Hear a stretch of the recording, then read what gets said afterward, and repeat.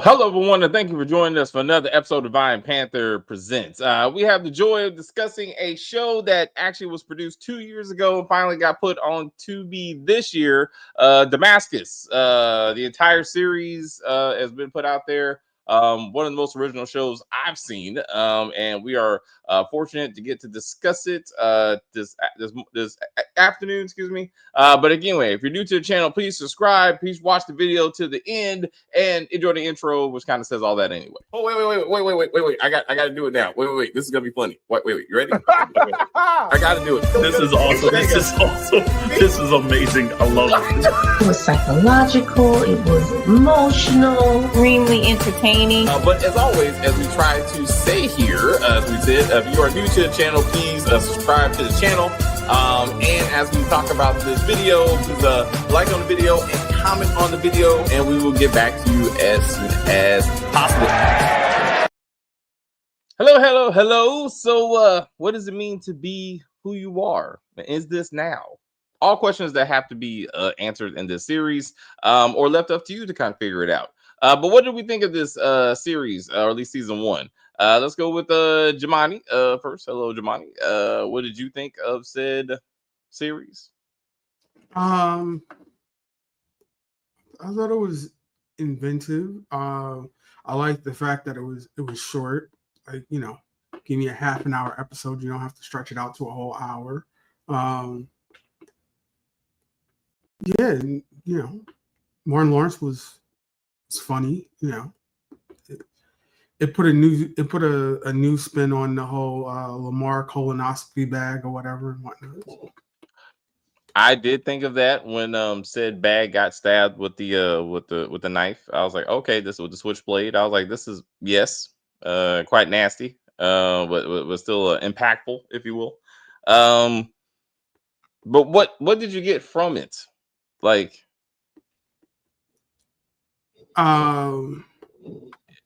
is it Damascus or is it Damarcus? Who is this person we are watching? I would say is Damascus, because that's the title of the show, and that's how they end it, with him writing his name as Damascus in his little journal book or whatever. So I'm like, it would lead you to believe that he's just stuck in this, in this reality or whatever, of an insane asylum that he can't escape from. All right, okay. So that's what you got. It reminds me of like Sliders. I didn't see Sliders, so I can't go with you on that one. But what about it made it like Sliders? I guess a lot of people say Sliders is like Quantum Leap. But, you're still the same person that you are. You don't change people. So it's like you just go to a different dimension and, you're you, but everybody else is different. So. Okay. All right. Okay. Like a multiverse, really. I mean, it's supposed to that. Maybe more of that. All right. Then. Hold on. Let's get to Stacy. Stacy, your thoughts on this journey?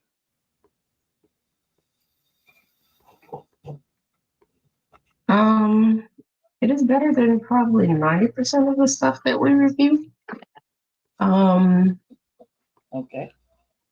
So it was wild. It was like, fuck am I watching? And then when it started over the second episode, I was like, wait, what about the dead guy? Like, what are we doing? And then it took a minute for me to like pick up that each episode is like a different life. And then I was like, oh, so the last episode, I was like, oh, this makes so much sense. So I thought it was clever. I thought it was a clever story. And I did want to see more like the sciencey kind of stuff. Like, is he really like just mentally ill, or is this like a science experiment? I wanted to see more of that versus like each episode being a lifetime, kind of explore more of the science behind it, if there is science behind it. Okay. All right.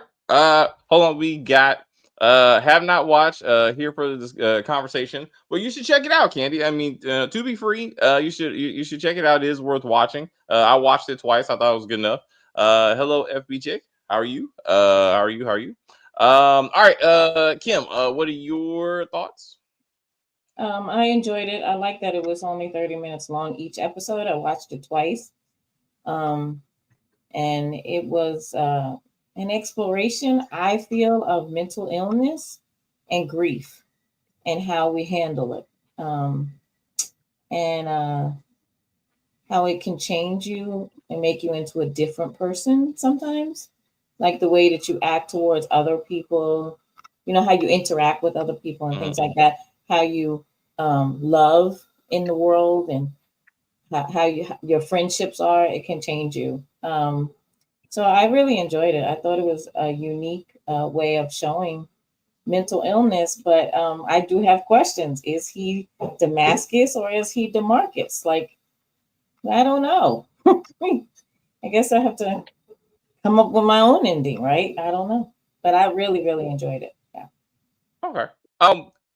So I was like, so at first I was like, he is Damascus. I thought, okay, stuck in the machine that put him in his own head. And it said when he first time he put on the machine, if you try to take control, like it will change your permanent reality, among the many side effects. And it did show us with him in the chair, and it was like patient override, and then he started shaking or whatever. And then it's like, so maybe he is kind of stuck in it, I thought. And he is dealing with grief, clearly from his mom's death. I would agree with that. That's the most consistent. I thought it was interesting that his best friend, Redford, was the most consistent person throughout everything. It was only one reality where he didn't exist, and that was the reality show version where him and Naomi were a reality show couple, and almost like Psycho, where like he was feeding his dead mom to the bugs. But like loss of mom and Red were like the most consistent theme, and I loved to watch him as a character change from like a district attorney to like an artist, what I'm saying, to like his gay lover to like a security guard. And a security guard, and like in the end, like he's blue. Like he's actually blue. Like he's like it gave you enough to think that maybe he was, unfortunately like insane and maybe just stuck in this asylum, and that he was using the people that he really knows and making this whole world. It gave you that you could go there, right? They gave you enough to kind of give you that, and I thought that was kind of cool. I did notice that y'all. It's very quick.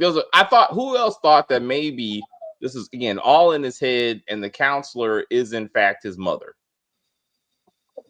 Did anybody? I didn't even think of that. That's a good one. That's really good. Because I thought my only problem, you never saw her face, even when he was the writer. And she said, you're going to go back into this machine, think of a very specific moment where your mom was alive, and let's dig into your mom. And even then, you never saw her. So was she a real writer? Was that part real? What's up, Jamal? I'm like, I don't think so, because it does still leave you alluded to like who is his mother, because you don't see her. But the doctor in the in the different realities, she's still the doctor in the psychiatric asylum or whatever. So I'm like, I don't think it would be her if she would be in that particular reality. So again, we therefore you're assuming that is the reality, that he came back home. Is that where you're going with that? So therefore she was just his therapist? I'm saying one of these things have to be a reality, whether it's that one or the first one. Not necessarily the first one where he's, I'm saying like the beginning of the first episode when he actually gets the machine. Yeah, the machine. So, hey, someone else said this. How we are good. I watched it today after hearing you guys talk about it. I can see how it was like Total Recall, where you're not sure. Jamani said the same thing. Jamani, why did you say this reminded you of Total Recall? I said that, and I had only just watched like the first episode, so I was, I didn't know all about the psychiatric stuff or whatever later. But yeah, it's like you go and you get in the machine, and it gives you a simulated reality, and you're fighting against said reality, and in the end, you're like, which one? What was real and what wasn't? All right, it's interesting that both of you thought about that. My problem, if I remember Total Recall, like they were on Mars, like that was real. Like Arnold Schwarzenegger's character, like he brainwashed himself to think he was somebody else. But I agree with him. There you go, Jamai. But it was real. He just didn't know who he was, and it turned out that he didn't want himself to know who he was. But it was he went into it was like, you're bored with your life, come and test out this simulated reality thing, and then it was like, yeah, we'll make you a spy, and we'll make you this, and we'll make you that, and they told him everything that was going to happen in the the simulation, and then that's what actually did end up happening. But in the end, like you see like the sky or whatever turn white, and you don't know if he's waking up or this is just the end of the reality, because he broke out of the machine, like halfway through. So you don't know if he actually woke up halfway through the movie and broke through the machine and that's his reality, or if that is the simulation. To be clear, are we talking about the Arnold Schwarzenegger version or the Colin Farrell version? The Arnold Schwarzenegger version. I gotta go back and watch it. Because what I saw, it was real, and like his thing that they unleashed the water, and the water made the atmosphere, and it was like. But I gotta go back and watch it then. This conversation, it actually reminds me of Inception. That would be a better example, because in the end, we don't know. Like Christopher Nolan left you asking yourself the question: did he ever make it out of the dream inside of a dream, or is he stuck in the thing because his totem thing never fell or whatever? So I feel more Inception. But that you're going into somebody else's mind, right? This is no. He was stuck in his own. At that point, he was stuck in his own mind. Like but he thought it was real because he went home. So he was actually in that point stuck in his own head. If you believe that he never went home, if you believe that he was still, because the thing was, it was supposed to fall but didn't fall. Yeah. So I don't know. The Arnie version. I gotta go back and watch it. Apparently, I gotta go back to the last few minutes and check that part, because I don't remember going white. Like none of this ever happened. I don't remember that part. So I'll give you to that. But anyway, that's what I thought. Inception. Anyway. For that. So Kim, you think so too?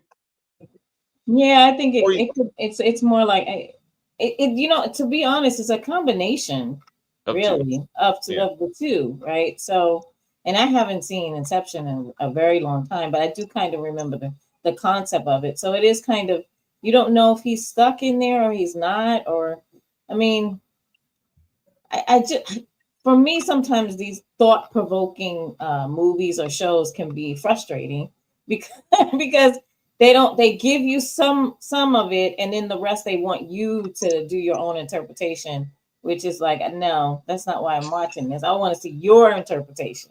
It's you wrote it, right? So I have nothing to do with the writing, but they want you to think about it, right? Yeah, and come up with ideas of what you think, and which I get that too, but I don't particularly like it though. But I did really like this. It was entertaining. In defense of this show, it's a TV show, and they expected to get a season 2. So I feel like just them like canceling it before it even came out, and then they just kind of put it out there. You're watching it unfinished, so it was never intended just to leave us hanging. I thought. Yeah. But anyway, Stacey, so is there a version of Damascus that you enjoyed? One as many any of the realities that you thought was interesting?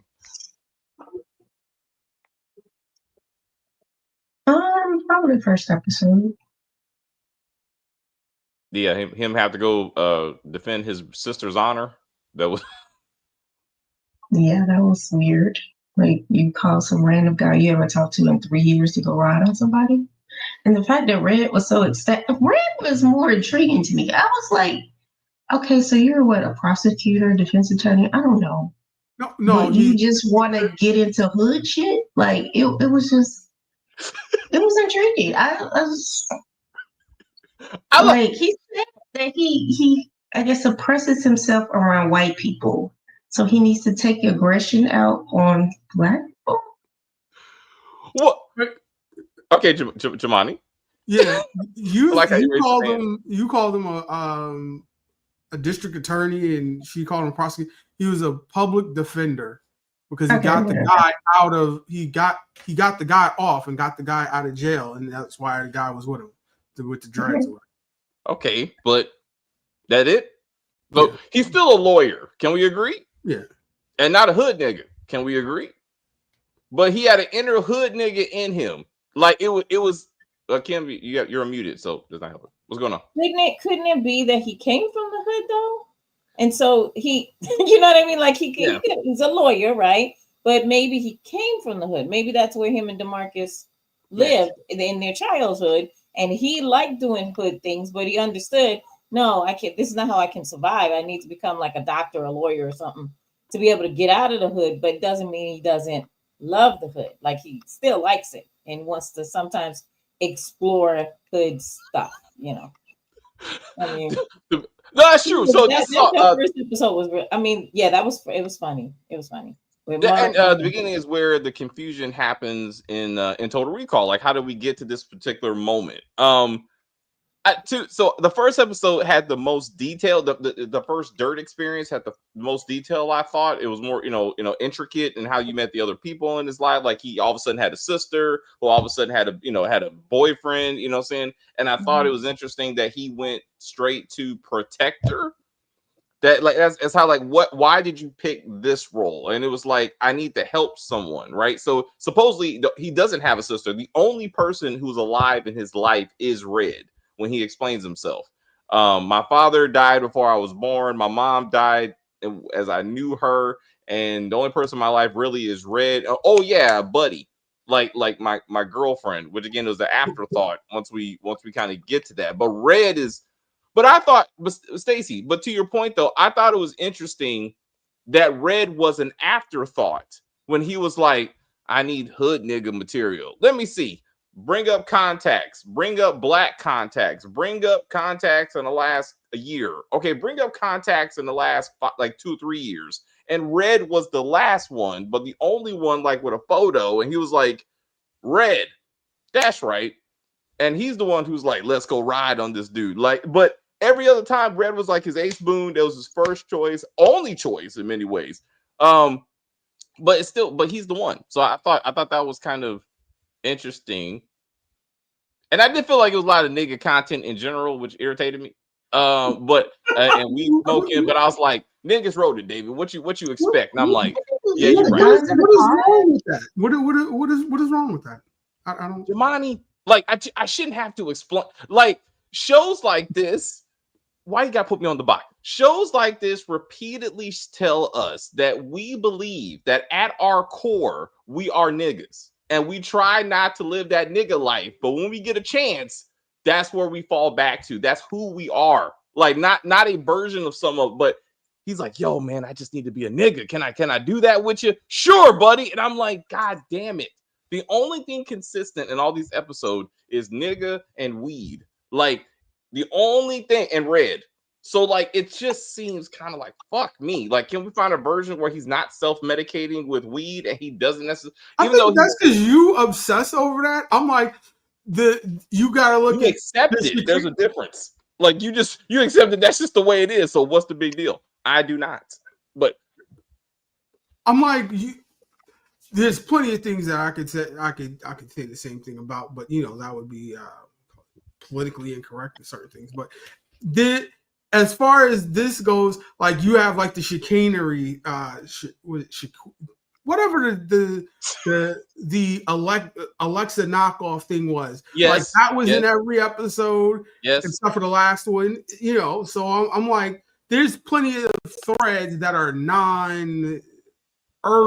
I wouldn't say nigga, but urban.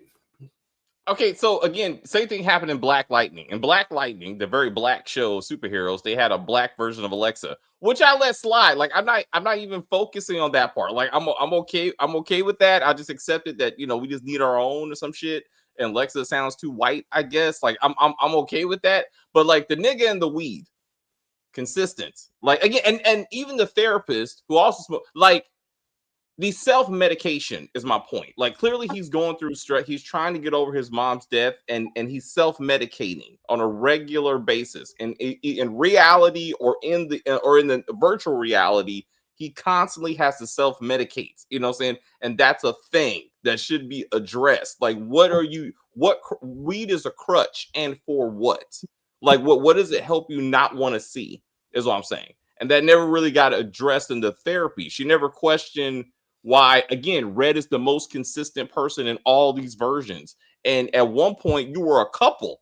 Like let's talk about that. Like, and that impact crazy. I was like, wait, what? That came out of left field. I was like, why is he having this reality? These some suppressed feelings that he has about his friend. Like, where did that come from? That to me was just the way they threw it in there, like it was just, okay, let's throw this in here. I was like, so in his mind, is he having these kind of feelings about his friend Red? Like in real life, is, you know what I mean? Like, I just, well, I think I saw it as a progression, because it was, Red was giving, was it the Diana girl, like role playing, and then the buddy wanted to do the role playing, so then it's just like cut out the middle women or whatever, and the subconscious does different types of things or whatever. But it just seemed to me like Thanksgiving is just the black gay holiday now. I knew you were gonna try to bring it. He's talking about Masters of None, and he's trying to put bring that together. Oh yeah, I saw that. Okay. And yeah. So I as homework, he asked me to watch the episode, and I was like, not the same, because Red, not his parents. Red parents had no problem with with them being a couple. Actually, obviously the pan became much more of an issue. Even the father was like, "Is this where you want to commit yourself?" So they're completely okay with that. So I thought that was kind of a little bit. I wish we had a scene of Janet Hurwitz and Lynn Whitfield together. That would have been iconic. It was nice to see Lynn Whitfield and Martin Lawrence back together again. Yeah, and nice. It was the chemistry was there, and I it was nice. Her Miss Lady, like he did in Thin Line Between Love and Hate. Yeah, I mean, so I didn't realize that's what he called. It's been so long since I saw that movie. But it was a good callback to see them together. But even that reality, their lover reality, was the closest to real life, because Lynn Whitfield was Red's mom, apparently, if you want to believe that is real life, right? His father was there, you know what I'm saying? Like, it was they were still together. It was still Thanksgiving. Like, all that was the closest reality. And maybe he was like, the only person really in my life is Red. Like, maybe we could have been a thing. And it's an infinite versions of yourself. So it's not hard to believe there's a version of yourself where you're gay, you're with someone, and that type of thing. So, but the way they committed. What's up? I said, you find that to be closest to reality when Red didn't have his daughter Tarantula or whatever? That was only in one reality. So I mean, and yes, and the sense of other people, you know what I'm saying? That's what I'm saying. Like, when he came out of it, it was still, there was no mention of the daughter. And when he went to Thanksgiving dinner, it was him and his parents, like, and that's it. So that seemed to be the reality. And he was like, oh, and he was like, hey man, you want to come over, have dinner? Where's the kid? Where's the mention of the daughter, and is with the girlfriend who's also not there? You know what I'm saying? So like, it seemed, anyway, just a closer thing, but never addressed. So what did you think of, like, him being the pastor and the nurse? Oh was, yeah, like, the priest, the nun, and I was like, what is this? Like, no. Well, I mean, so he went. They usually go Catholic when they do religious roles. So like, for him to be a priest and her to be, like a nun, I got that. Like, okay, but again, Red is still there. Red is always there, right? And it's like, hey, I'm gonna help you to kind of work it out. With Naomi, what I thought was weird was at the end of episode 2, he asked the therapist, I want to know what it's like to be in a long-term committed relationship. And she said, okay, I'll put the thing on you. And when he woke up in bed, Naomi was next to him. And they never went back to that reality or even addressed that version. And I was like, what the fuck? So it's like, yeah, I thought that was, I remember. I don't know. Is it like she's forbidden fruit or something? Because in the second reality, it was like he has a girlfriend, and so when he saw her, and he's like a priest, and she's a nun, and I don't understand how she got deflocked, but he didn't. But yeah, I guess she was just like forbidden fruit to him, I guess. Or maybe she's the nurse that he sees every day, and he can't have her, but he thinks about how they could be together if that's a real reality. I mean, I don't know. But Stacey, so if you were the therapist, how would you have addressed him in these sessions? I don't think I have an answer for that. Okay. How would you have used this set of equipment? You like the science of it. Will you just you think this would be a fair therapeutic piece of equipment? A virtually live an experience. I don't know. Uncle, well, okay. Well, we'll get back to that. I don't think I would want to do that. I feel like I would lose something if I lived in an alternate reality all the time. Like, when do I come back to myself and my actual life? Well, again, it's therapy. Like, so in theory, if you believe that Damascus is who he really is, he always came back after the therapy session. He did, but he could also get stuck in there.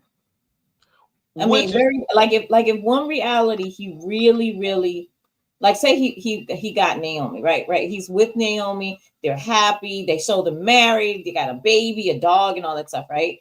And he loves that reality because that's really what's in his heart, and he really wants to be there. He has to come out of that, and maybe if he's really happy in there, it would be difficult for him to come back to reality. You know what I'm saying? Like, I don't know if I want to play with my psyche that way. So what's the difference between that and REM sleep? Nothing. But I mean, in the sense that you well, I do wake up from REM sleep, so. But who's to say you won't wake up from the dirt? Hold on, Jemani. Stacey has a question. So my question was, I was looking at it as like, okay, I'm dreaming. So we go to sleep, we dream. What I remember back in the day when I was actually like into like dream stuff and dream analysis is that the people you see and interact with are people that you've actually met at some point in life. Yeah. But he never met the baby daddy or boyfriend or whatever he was supposed to be. But he had lifetimes with him. So it kind of threw me off with that one. Well, then that's where you say that the Damascus reality is the reality, because that's where his sister talked about him, and that's how he knew that. That's what they tried to throw in the episode to be like, no, none of those things were real, because sister came and told him, oh, me and my boyfriends are pregnant and that kind of stuff. So he recognized them, but that's where they're trying to feed you that's how he got some of these other people. But where's Martin Lawrence in that? To your point, like Uncle 40, who was Uncle 40 3 times. Like, that's very consistent, but he was not in the asylum anywhere. So where did he come from? And he's always the uncle. So he was an uncle. Maybe he didn't visit him in the asylum. But that would have been a fair thing. Hey, Ace, brother, I'm here.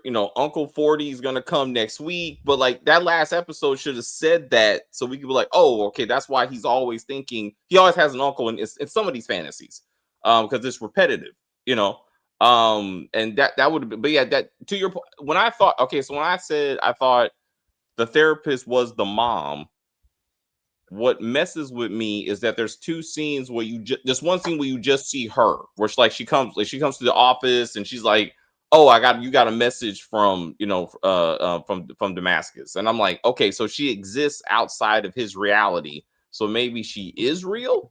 I thought Naomi is his true love. I think that's what they were trying to go for. But like, it's weird that he dated a TV show. If you believe that the last episode was the real reality, that he made this buddy woman his fake girlfriend that he didn't want, but he was with her for 3 years in his mind. And I'm like, that's a lot. But maybe he's been in that place for so long that he's like, all I see is her every day. So maybe that's why. I don't know why she's so sexual though. She's a TV show. Can't figure that out. She definitely was like, why can't I have this penis? His sexual issues, like, that's a thing too.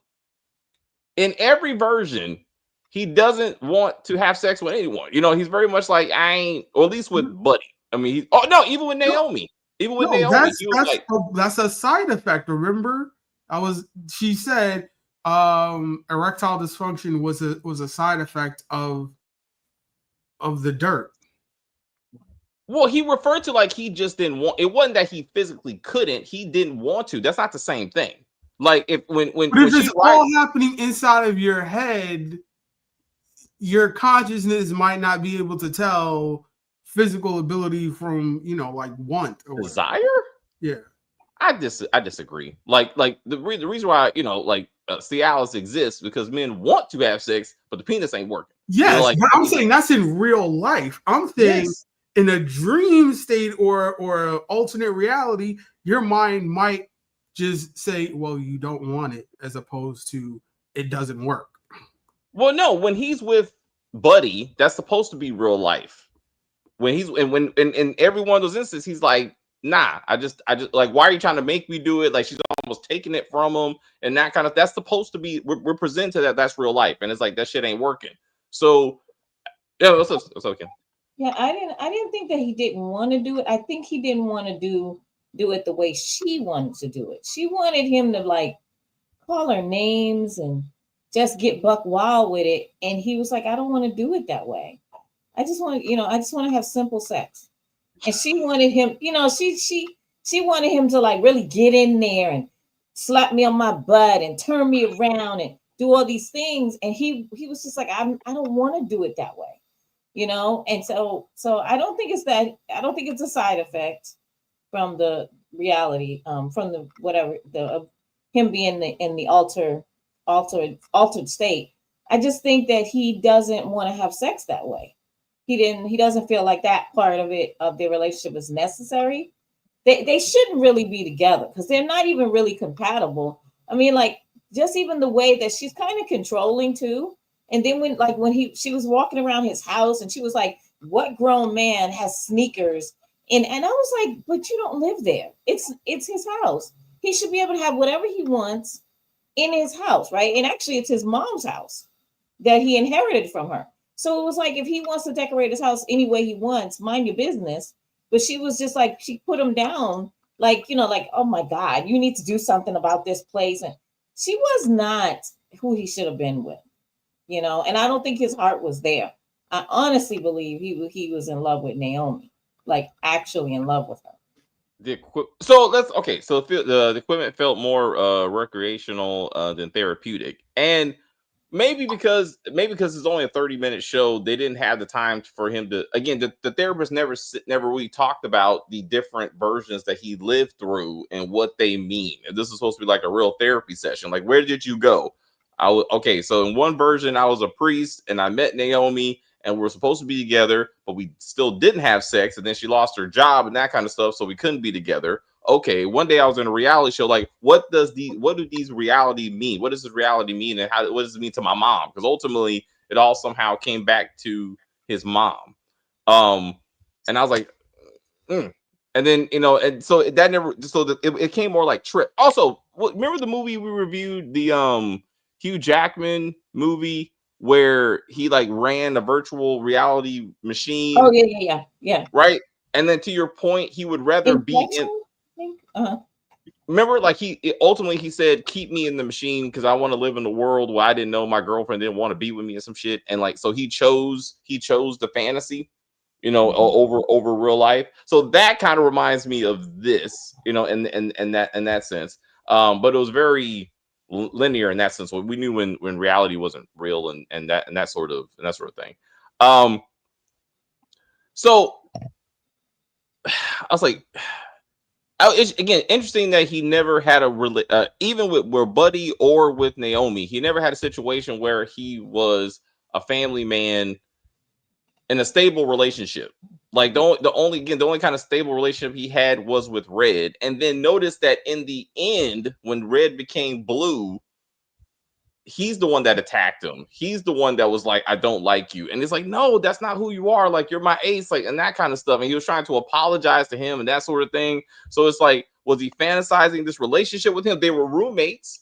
So maybe if that's the real reality, he's like, let me make a version of this where he's my only friend I have and that sort of thing. But I thought it was interesting that he's the one that stabs him and whoops his ass. And I'm like, is Blue really the person that you should be putting so much on a pedestal? Like, it just seemed, I don't know, it seemed kind of weird for that sort of thing. What do you think a season 2 would have been, and like what would have been the end game of this thing if this is just him in various realities? Like, how do you make a season 2 or just keep on hopping around like Quantum Leap, but you ain't really going anywhere or solving anything? That's what I was just thinking about, Quantum Leap. I was like, is this gonna be the next Quantum Leap? I would not watch that.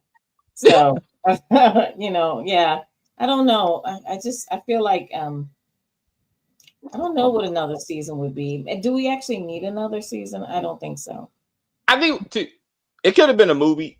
As creative as it was, it could have been a movie, and they could have wrapped it up with, like, again, the standard, oh, Naomi is the love of your life, and you figure it out, and you come home, and y'all two are happily ever after. He sees his mom. She has to be someone that we already know, or that's the whole point of him not seeing her. Like, that's the thing he's chasing. And it's like, oh, it was the therapist. Like, oh, okay. Like, and now I see that and that kind of shit. But like a series, it's not changing. He's no different from last episode than he was in the first episode. Now he's just deeper into his head. When he took over the plane, like, I'm taking control of my life, I was like, okay, now we're about to wrap this thing up, because he landed his own plane. He's like, I know who I am now. And his mom could have appeared and been like, oh, okay, I'm sorry, Mom, I miss you, da da da da, and they could have wrapped it up that way. And then I don't know. I do like the asylum situation though. Yeah, I thought that was an interesting twist. To be like, oh shit, he is crazy. And then maybe he's taking notes because he still can't accept it. Maybe season 2 is when he finally goes, oh no, this is real. And maybe him and Naomi get together. Maybe she falls in love with the patient. I mean, I don't know. Yeah, he's not accepting it because he's got at the end, the last one. Remember, he was still writing notes, and he was still writing his name as Damascus, not Damascus. So I don't know. I can't tell whether he's in whether he's in reality or not. I just could not tell. Either or. Like, yeah. But what about when he woke up in the therapy office and they said, okay, yeah, you said all that, but what's your name? And he says Damascus. But he was pretending because he wants to get out. His sister told him. Yeah, say what you gotta say. You have to change. You have to change what you say. Like, your name is Damascus. It's not Damascus. You have to, if you ever want to get out of here, you have to start doing what needs to be done to get out of here. Which he just went ahead and conformed to what they said, but not really. He just said it, but not really, because that's why he's continued to write notes. To Stacy's point of, if this is all made up, where are the people in real life? His Asian woman boss, like, that was a prominent, person or in his life, when, at his job and stuff. And I was like, the coworker was there, like, he was one of the men in the room, and I was like, okay, he's accounted for.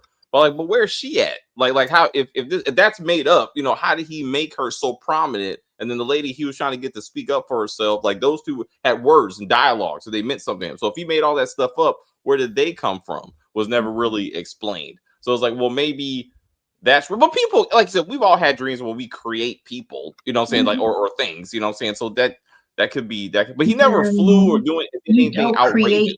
people. Their people exist, and you interact with them because you've interacted with them before. You may not remember them, but Oh, you so in dreams. cross paths, energies, lifetimes, or something. They're representative of actual people. All right, so all these people should have been accounted for at some point. If it's all a dream. All right, Yeah, all I think right. if they had gotten time, they may have gone there. I don't know. Maybe it's season 2 material. I suppose. I have to say, The work scene with the yes. coworker was just like black men are the white people or black people. That was hilarious.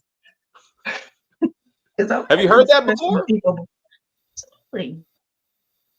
discussed it before, but I know I pointed that out to certain people, and they were like, nah, and I'm like, I have to point it out to them. And they were like, oh.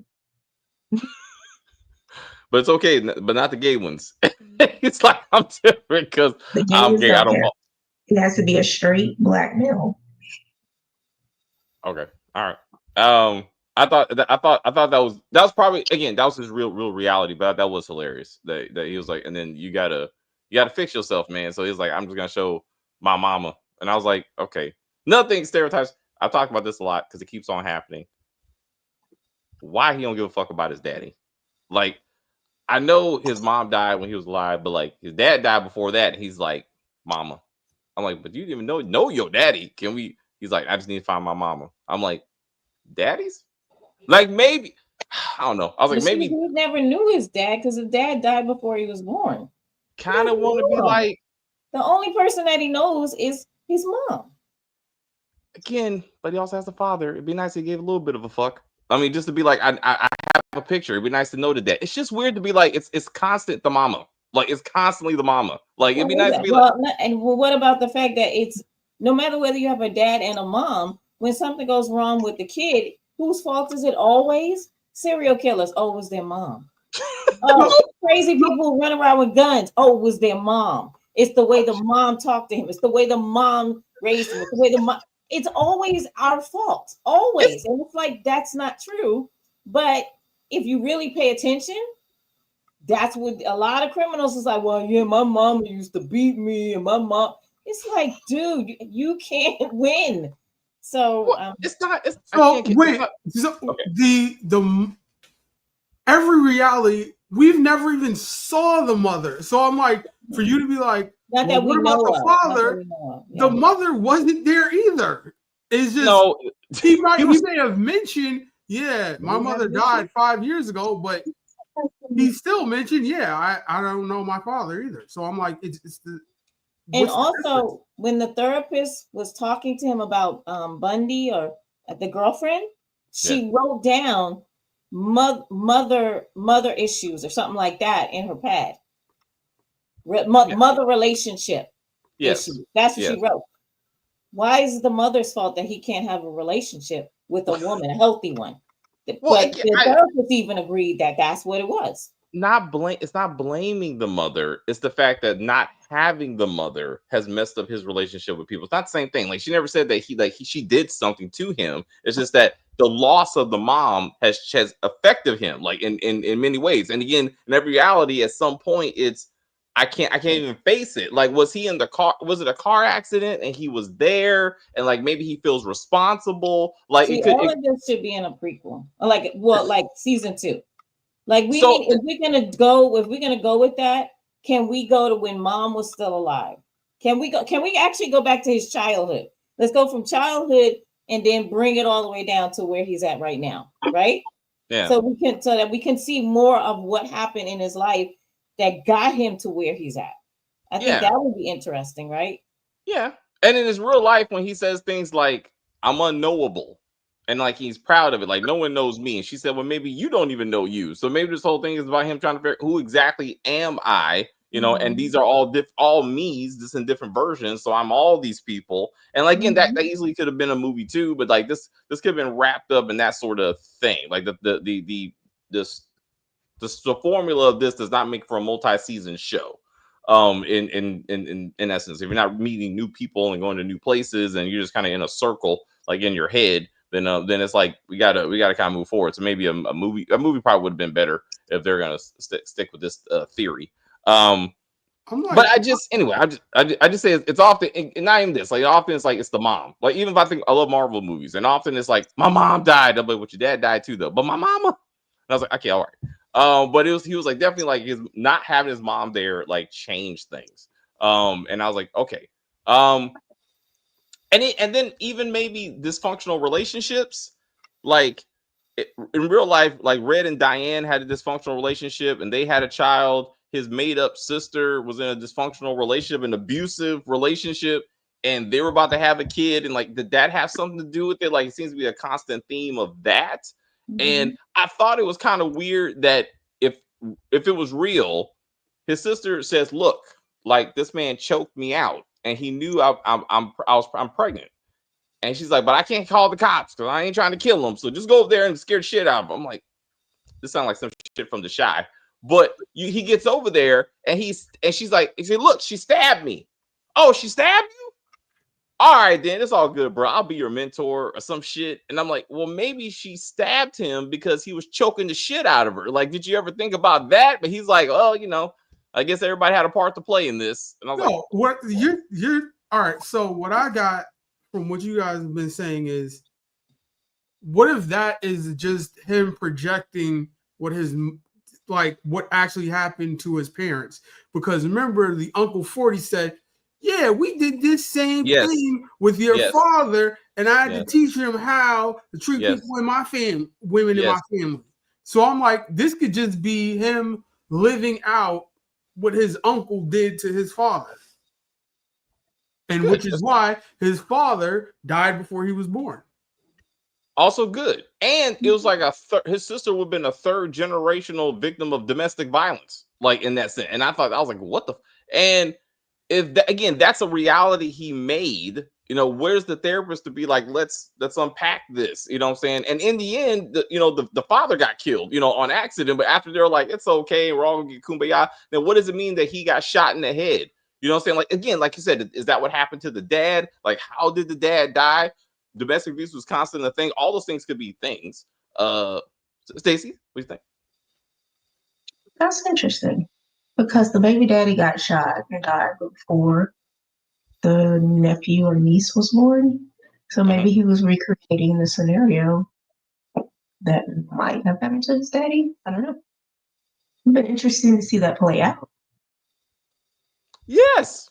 How about that? All right. So now we're solving mysteries that, again, never get addressed. Like, but then there should be like a consistent thing. Even the painting thing, what I thought was kind of cool. Like he meets Naomi, and that's supposed to be real life, and she's like painting with her hair, which is very creative, I thought. And laying all that out. And then it's like but he never gets to talk to her. And then when Naomi asked the nurse, "Why were you seeking me?" Right? Like if my version is, if I'm the woman that you love, like tell me about myself. And she's like, everything you're saying is about you, but what about me? And he's like, I don't know. Like, so like it's almost again, like, is this even real that he can't say anything about her independent without him? So it's like now it's like, well, maybe that reality again is not real. So now he has to get back to real, but he only talked to the woman for like 3 minutes. I mean, in real life, if the real life is he's an artist, his friends aren't right, then he only talked for 3 minutes. He really has no clue who she is. She just got his attention, and somehow she's more attractive, more interesting than the lady he's with. Maybe because they're both artists, like and that sort of thing. But that never really gets explored. I thought. Buddy should have been one of the nurses or someone in the place or something. It's just weird that he made a whole woman out of a Sunday morning cartoon or some shit. Like, is this, I was like, that's weird. But I was like, but he had an impact. She had an impact. She was cute. Maybe it's just him and the TV shows every once in a while. I don't know. Right? He was like, oh yeah, let me get to this banana outfit. Maybe the banana outfit meant something. I was like, she's like, this is not for you. This is for me. I was like, she's very aggressive. Anyway, all right, we're gonna wrap this up. Stacey, anything else for this thing? No. Would you recommend it to others as is? I would. It's an interesting watch for sure. All right, movie or TV show? If it had a season 2, definitely TV, but could they wrap that up in a movie? Maybe. Maybe. All right, all right, all right. Well, there you go. All right. Please like, comment, and subscribe. Thanks, Stacey. I appreciate you. Please, we'll talk after this. Boop. All right. Giovanni. Any final words for the crew? Oh, there you go. Yeah, when he woke up from the first reality and he was like, yeah, but I had a whole life and, you know, I had memories and everything that went along with it. I was like, I thought his nose was going to start bleeding like the butterfly effect because, like, you know, that's where your brain can't handle all the information because you have like a lifetime's worth of information in your head, and then you keep compounding it with different realities, and then like you start bleeding and your brain is about to like explode or whatever. So I thought that's what was going to happen, but no. I don't know what a season 2 would be. I'm like, if they get Martin Lawrence to come back, I'm here for it. And if his appearance, like I really found him to be funny again. Like it made me kind of excited for this whole Martin spinoff that they're doing or whatever. Is he gonna be in it? Yeah, I guess he's gonna be doing like guest spots or whatever. Like he's not gonna be like, the main star. Or there every week or but yeah. All right, same question. Movie or TV show?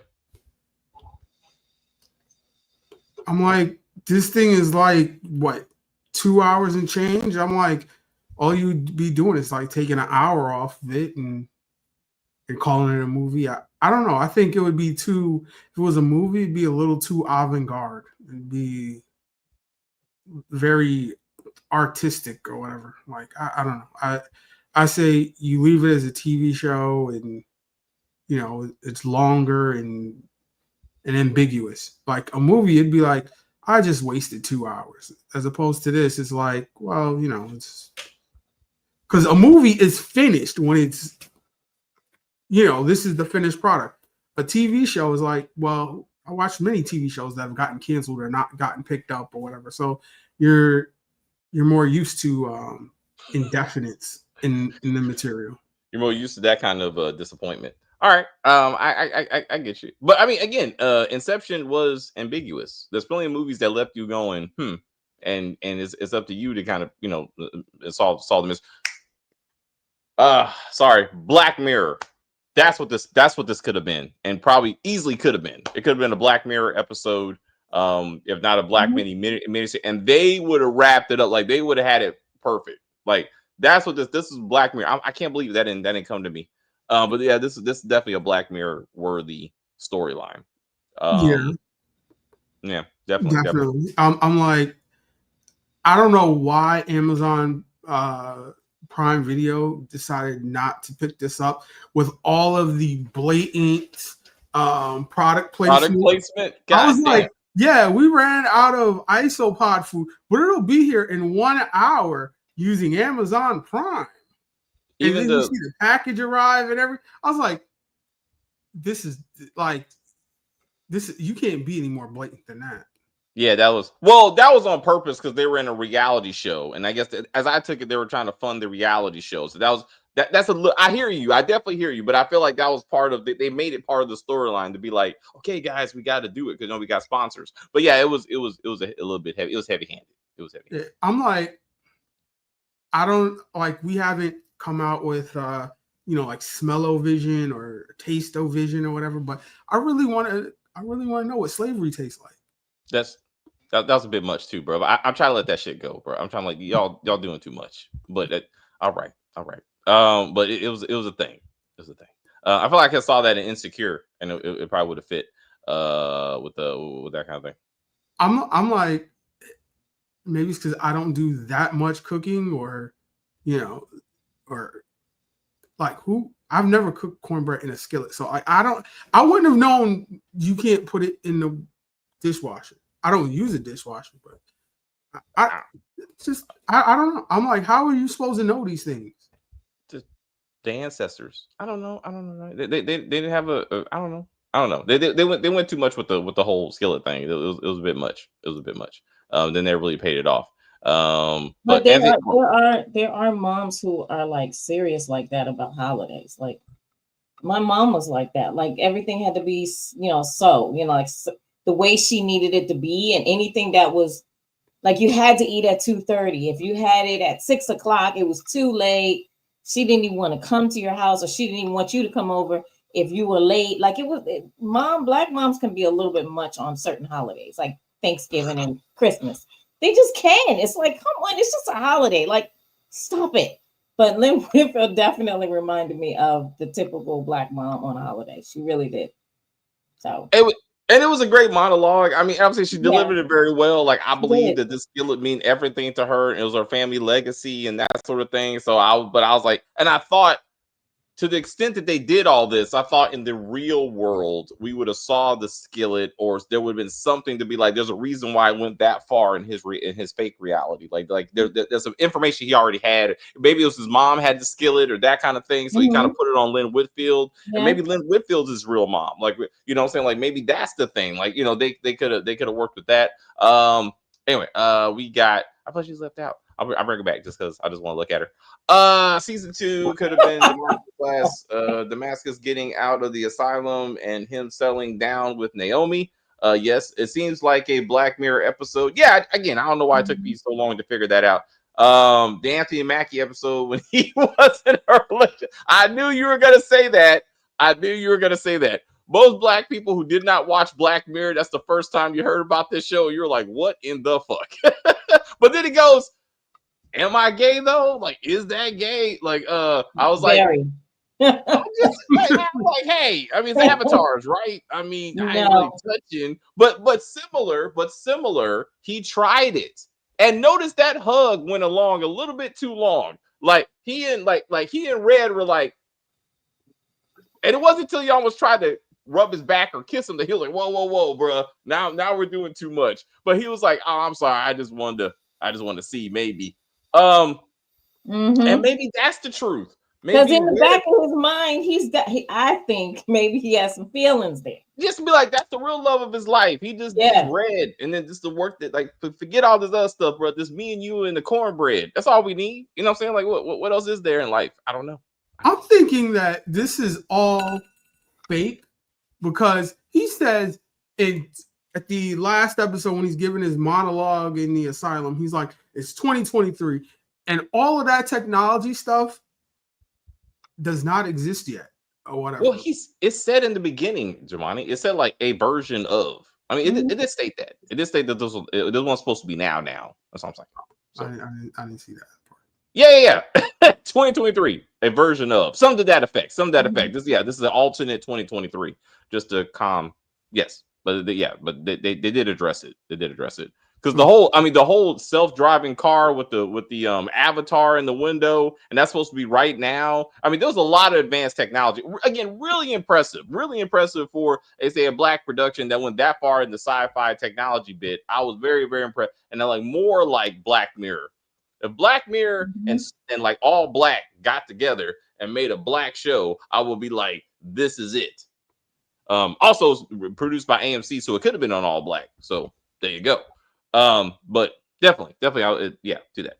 All right, man. So you would say TV show, but give me a real ending. Is that what we're doing? Yeah. Like make it more, like it could be the same ending. It's just like make it more fun, like finale, like final, like.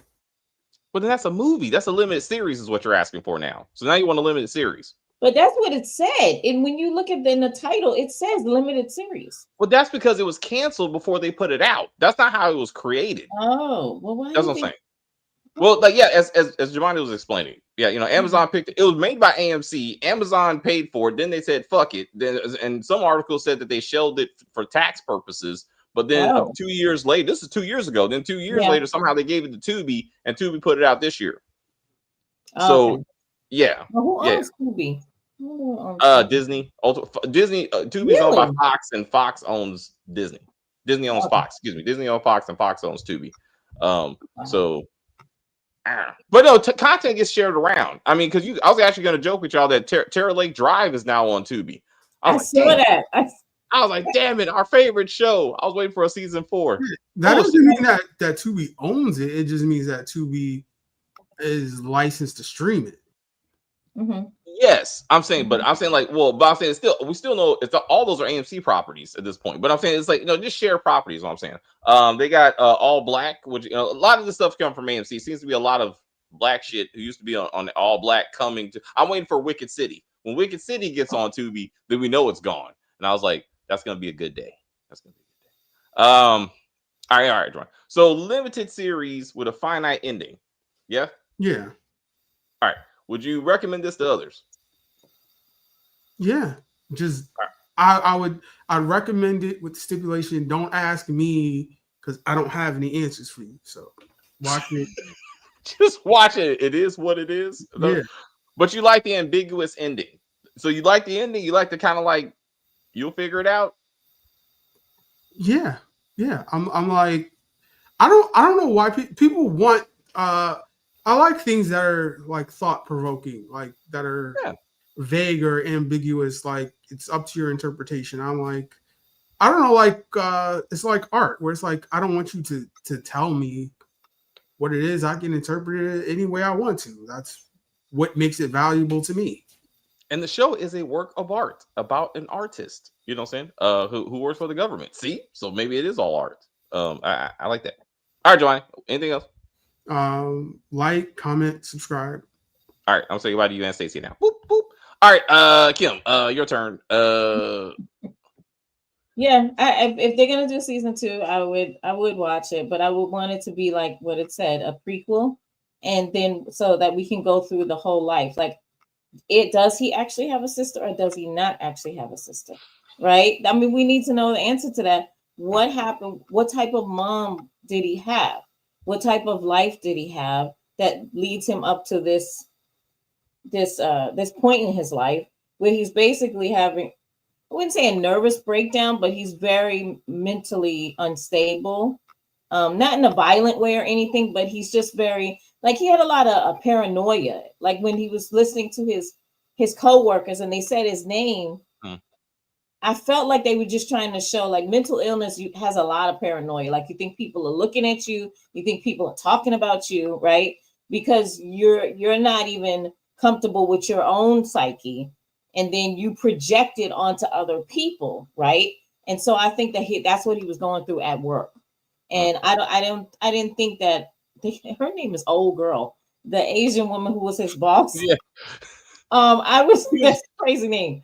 But I felt like he was projecting onto her, like, and the words that were coming out of her mouth, I don't really believe were her words. I think it's his psyche that was, you know what I mean? Like, and when he's feeling a way about, and it's probably not even that way.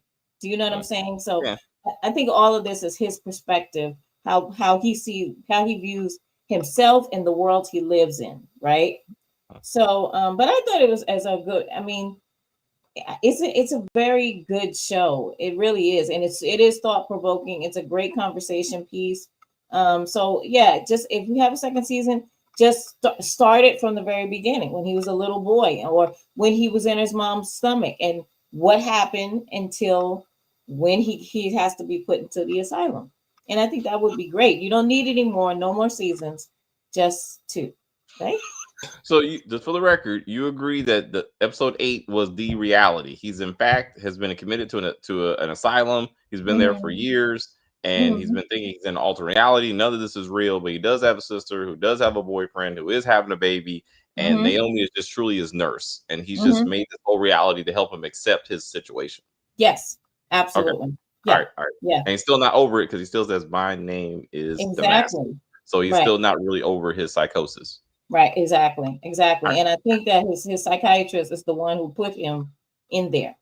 Like, she's the one who was like, I think you need to commit him so he can get better. Do you know what I mean? Like, that's what I feel. So, but again, anytime you can bring up, especially men, you can bring up mental illness in the Black community, Okay. it's a plus, because we don't do that. We don't even talk about it. And so, but nowadays, like, I listen to Charlemagne the God and some other people, some other Black podcasters and things like that. And all of them said that, going to therapy helped them in their life, like being dads, being husbands, being brothers, uncles and things like that. Therapy is important. And a lot of Black men don't feel like they need it, but they actually do, because Black men go through a lot of trauma. What's the air quotes? What's the air quotes with Black men? You're like, if you identify as a Black man. Yeah, it's like a typical, but I'm just saying, like, it's true. Like, no, they don't really want to, they feel like it's in their business. Like, I can handle my own. No. I don't know a lot of Black people, period, that go to therapy. Like I mean, men or I do. Yes, I do. I even work with guys who actually do it. And some people go to couples therapy, not because their marriage is in trouble, but to kind of just keep it in line and have conversations with a mediator, which would be the psychiatrist, right? Yeah. So I think it's important. So I really did enjoy it. So listen, I thank you for reminding me about this, because when I watched this, I was watching another show that we reviewed that in both scenarios, Black women dropped the panties when they heard that their man was doing some kind of therapy. And I'm like, what? Like, again, it's important to address your mental health. And that's the thing. And again, I know, in my life, the Black people I know, men and women, none of them will go to therapy. Like, I got a friend who I really think needs to go, like, going through some stuff, like 2 of them actually. They're like, oh no, I don't want to share. And it's very vulnerable. I'm not saying they're wrong for it, but it's like, I don't want to do that. And I'm like, okay. But it's interesting. His buddy was like, I'm going to therapy. What? Oh my God, it's so sexy. I'm like, there's nothing sexy about this. Like, I'm like, let's get into, it's good that you're trying to address issues that you should probably address with him before, and he's seeking therapy. But to be like, I'm gonna suck him off now, just seems kind of weird. Like it just, and I was like, I can't. Do y'all remember the other show that we did that this happened? Because I don't remember another show, but I want to say The Shy. But like, I think it was The Shy. And I was like, what is happening? All right, Giovanni, go ahead. Sorry. I've heard this just like in real life, and it's just like a drastic change, because like in the 90s or the early 2000s, it was, if you're going to therapy, you're a weak man, and all that type of stuff. Now it's like, oh, you're so sensitive and emotional, and now it's like, that's the type of person I want. But it's like, therapy is a spectrum. I'm like, because the person's in therapy, that doesn't mean that you don't know if they need a little mindfulness or something to help them relieve stress, or they have like psychotic breaks or something. Like, therapy is a very wide range of things. Yeah, I get you. Yeah, you need to address why you're going. Again, I don't say it's good, but okay, I guess I'm asking. So, Kim, would you find it sexy that a man that your Black man is going to therapy? Not sexy. I find it. I would be proud of that person, because admitting that you need to talk to someone about what you're feeling, right?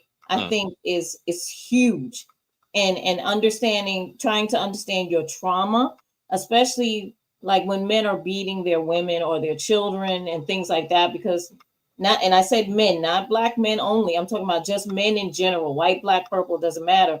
When they're beating their men, or when it's women who are beating their children or their husbands or boyfriends or whatever, that comes from somewhere. And I think in therapy, you would be able to get it out and understand, where does all this anger come from? Why does this person make me feel like I need to do things to them so I can feel better? You know what I mean? I think it's important, and I think it's a huge step. It's huge to go ahead and admit that you need help. That's really all it is. You just need help. Life is hard. Yeah. Right? Yeah. Yeah. So good. It was like the sex. I was like, what? Why is they? I'm waiting for that to happen. I think it happened.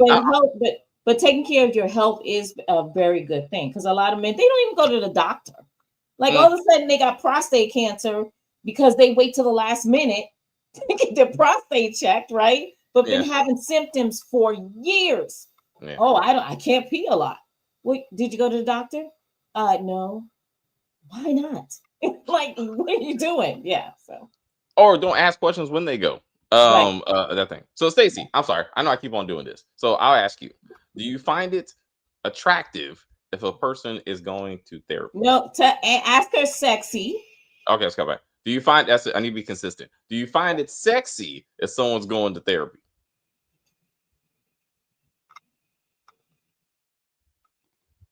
You're muted. You are muted. What's up? That's like me finding somebody sexy for brushing their teeth. Like, the bar is so low for men, particularly Black men. Like, any little thing you do that makes sense, oh my God, you're such a great man. It's like, this is basic shit. If you need therapy, go to therapy. If you need to brush your teeth, go to brush your teeth. If you need a blood test, go take a blood test. We're adults. Like, it's annoying. So you watch the Pop of the Balloon, and the man's like, I go to therapy. They're like, oh, you're a high value man. Like, I don't know. Terry watches Pop of the Balloon. I don't know. Those clips, they're like, Pop the Balloon. Why are you Pop the Balloon? I didn't like your shoes. And it's like, oh, okay. Like, it just be dumb shit. I can't watch that show. Terry loves the shit out of that thing. Anyway, I'm sorry, Stacey. I keep on. I'll stop doing this. I'm okay, bye. Boom. All right. Then Jemani, bye. And then, okay, Kim. Any final words? Oh, thank you. Thank you, chat, for joining the conversation. We truly appreciate it. Continue to join the conversation. We'll be back next weekend with some more videos on your favorite shows. Please share the video, like the video, watch the video to the very end. That's very, very important. Again, share the video with anyone and everyone. We definitely appreciate you. Thank you so much. We'll see you next weekend. Bye. Thanks, Kim. All right, and that's my turn, I guess. So I would say next weekend we're probably just gonna do Reasonable Doubt. I got a lot of things going on next weekend, so but we're definitely gonna do Reasonable Doubt. We got at least 100 views, so thank you. As you know, I want to do Leonardo DiCaprio's new movie. I think that looks pretty good. I'm gonna go see that eventually, so I want to do that. The Pit. My wife and I she started watching The Pit. It looks pretty good. So I'm probably gonna check it out. I see Jemani. Jemani got something to say. But I also, so we might do The Pit as a season, Jemani. But I think I might want to do that. So let's see what happens. What else? Eventually, so Tommy and Crew he'll be back in his own show. So we got that. If there's any Tubi movie, Takeout. There's a Tubi movie called Takeout. It's a slasher movie. I kind of want to do that one. I thought it was really well. It's a great quality movie for Tubi. So I would like to probably do that at some point. But as Marcus Atkins does, if you have anything you want us to review, put it in the comment, email me, and the team and I will discuss it, and we will see if at least two of us agree. And then we will work on that. But anyway, have a great week, and until I will say thank you guys very much for hanging out with us. I see people watching, people in the chat. I enjoy the view very much. I don't know what the fuck I was watching. Rewatch this. Rewatch this when we're done. Rewatch this. You'll see what we're talking about. You'll be like, oh shit. Hilarious. Absolutely hilarious. You want to go there? Stacey, do your thing. Fuck that shit. But anyway, please like and share and comment on the video and all that kinds of stuff. As they say, we're just going to end this broadcast and say bye.